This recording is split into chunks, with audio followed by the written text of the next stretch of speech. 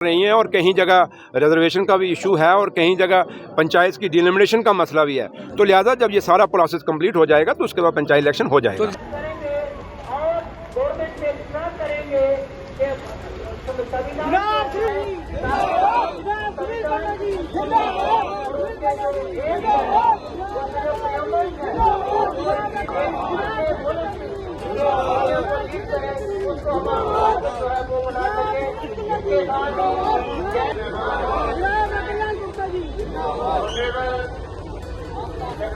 राजी मोबाइल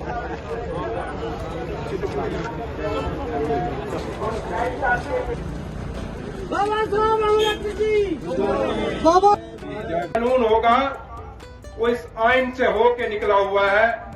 तो इस आइन का दिन जब हम मनाते हैं तो ये खाली ये नहीं है कि हम आए, भाषण दिए, सुने, आधे उठ के चले गए, आधे बैठे रहे और कई मजबूरी में बैठे। ये वो दिन नहीं है। मेरे सामने बैठे हुए मेरे साथियों, मेरे बुजुर्गों, मेरी बहनों, भाइयों, ये हिंदुस्तान का आइन वो आइन है जिस आइन के अंदर इसी कानून के तहत आपको वोट डालने का हक मिला।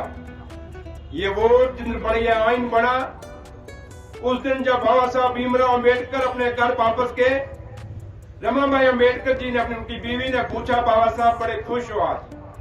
उन्होंने जवाब दिया, उन्होंने कहा, मैं हिंदुस्तान के आज उस गरीब को राजा बना के आया हूं और एक राजे को रंग बना के आया हूं।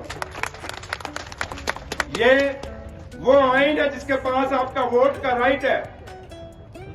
इस वोट के जरिए हम लोग जो चुन के आते हैं, क्योंकि जो आईपीएस आईएएस ऑफिसर बन जाएगा उसको पता है कि मुझे कोर्ट क्या बिगाड़ लेगा, मैंने 60-62 साल की नौकरी करनी है, क्या हो जाएगा। लेकिन ये वो आइन है जिस आइन के अंदर जो सरकारें आप बनाते हो, हम आपकी सुनवाई क्यों करते हैं? हमें पता है कि 5 साल बाद हमने फिर आपके पास जाना है, फिर अपना लाइसेंस रिन्यू कराना है। जो लोग कुर्सियों पे बैठ के अपनी आंखें बंद कर लेते हैं, चाहे एमएलए बने, चाहे मंत्री बने, चाहे चीफ मिनिस्टर बने, चाहे डिप्टी चीफ मिनिस्टर बने, जब वो अपनी आंखें बांध लेंगे, बंद कर लेंगे और ये सोचेंगे कि हमें कोई देख नहीं रहा, लेकिन उनको नहीं पता कि वो गरीब जिसने आपको जिता के भेजा है वो दूर दराज से बोल नहीं रहा, बल्कि आपको नोटिस कर रहा है कि आप कर क्या रहे हो उसके लिए। और जब दोबारा वो 5 साल के बाद आपके पास वापस जाता है तो फिर आपके पास वो ताकत होती है। जो अमीर से अमीर कोई राजा भी होगा, अगर इलेक्शन लड़ने आएगा, वो मेरे बुजुर्ग, मेरी माँ जड़ी होगी, उसके कदमों में हाथ लगाएगा, आपसे वोट मांगेगा। मांगता है कि नहीं मांगता? ये हक आपको इस आइन ने दिया, जिस आइन के लिए आप यहां बैठे हो। ये बराबरी का हक है। सरकारें अगर आपको पानी देती हैं, बिजली देती हैं, अच्छी शिक्षा देती हैं, अच्छे हॉस्पिटल अगर देते हैं, ये कोई एहसान नहीं है। ये आइन के अंदर लिखा है जो आपका आईनी हक है ये चीजें पाने के लिए। उस जमाने में बाबा साहब ने ये चीजें उसमें लिखी, जो लोगों ने ये कॉन्स्टिट्यूशन बनाया उस समय। इस आइन में फर्क इतना है कि आज जब ये अडॉप्ट किया गया आइन, उसके बाद आज इन 75 सालों के अंदर बड़ा बदलाव हुआ। अब हम लोगों के ऊपर है कि जो चीजों को, जो बराबरी का हक हमें दे के गए, जो बोलने का हक हमें दे के गए, ये वही आइन है जिसके अंदर आपको बोलने का हक है। ये वही आइन है जहां आपको, अगर आपकी कोई सुनवाई ना करे तो आपको वहां आंदोलन करने का हक है। ये वही आइन है जिसके तहत आप बड़ी से बड़े सरकारों को गिरा सकते हैं। लेकिन आज एक ऐसा वक्त आ गया है, आपको शायद, मुझे पता नहीं मुझे कहना चाहिए या नहीं कहना चाहिए, लेकिन आज जो जिस आइन के तहत हमें सारा कुछ बराबरी का मिला, जिस आइन से हमें मिलता है, उसका जब वोट डालने की बारी आती है, हम क्या करते हैं? कभी सोचो, जब हम वोट डालने जाते हैं, छोटी छोटी चीजों पे हम कहीं ना कहीं हो जाते हैं। आप समझ रहे मैं क्या कह रहा हूं? क्या ये वोट, ये बाबा साहब ने इसलिए दिया था आपको हक? क्या हिंदुस्तान के आइन ने आपको एक राजा को रंक इसलिए बनाया था कि जब आपके पास एक राइट आता है कि आपने अपना नुमाइंदा चुनना है या अपना राजा चुनना है, तो आपने क्या करना है। ये बात सोचने की, विचार करने की है। ये आइन कहीं भी नहीं सिखाता कि हम जात बरादरी करें। ये आइन हमें कहीं मुझे 1947 के पहले क्या हालात थे, एक डिक्टेटरशिप थी, एक वो महाराज एक आप कहें कि ऊपर से जो ऑर्डर आता था नीचे मानना ही होता था, कहीं ना करने की किसी की हिम्मत नहीं होती थी।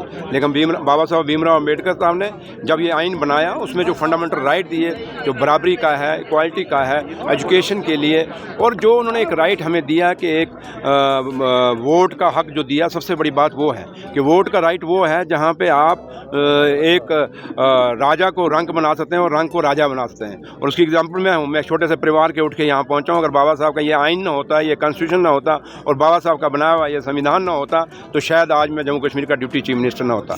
तो इसलिए ये चीज़ें जो हैं, ये आइन है, ये खाली एक नहीं है कि हम आए, भाषण दिए और चले गए, बल्कि ये दिन है कि हमें सोचना पड़ेगा।